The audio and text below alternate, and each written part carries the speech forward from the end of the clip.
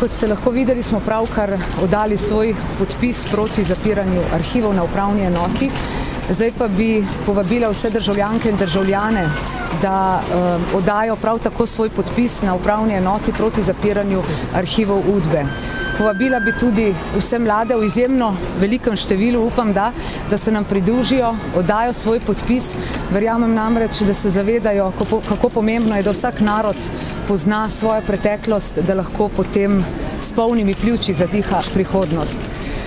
Kot veste, moramo zbrati 40 000 podpisov. Prepričana sem, da nam bo skupno močjo to tudi uspelo, kajti naš edini in skupni cilj je priti do zgodovinske resnice, omogočiti zgodovinarjem, da svoje delo lahko opravljajo profesionalno, strokovno, prav tako publicistom in raziskovalcem. Tako da verjamem, da se bodo državljanke in državljani našemu povabilu odzvali in prišli na upravno enoto in oddali svoj podpis proti zapiranju arhivov.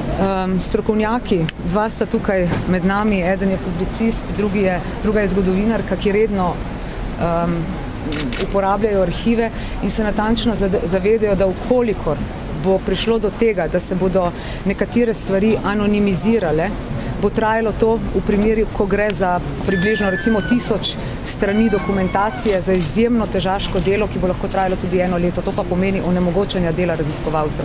In seveda perfidno prikrivanje oziroma zapiranje arhivov. Poglejte, Nemčija je leta 1992 z nemškim Štazijem, vsi verjetno poznate, vsaj upam, to zgodbo popolnoma odprla arhive, popolnoma v popolnosti in jih odprla javnosti leta 1992. Skrajni čas je, da to storimo tudi v Sloveniji. Hvala.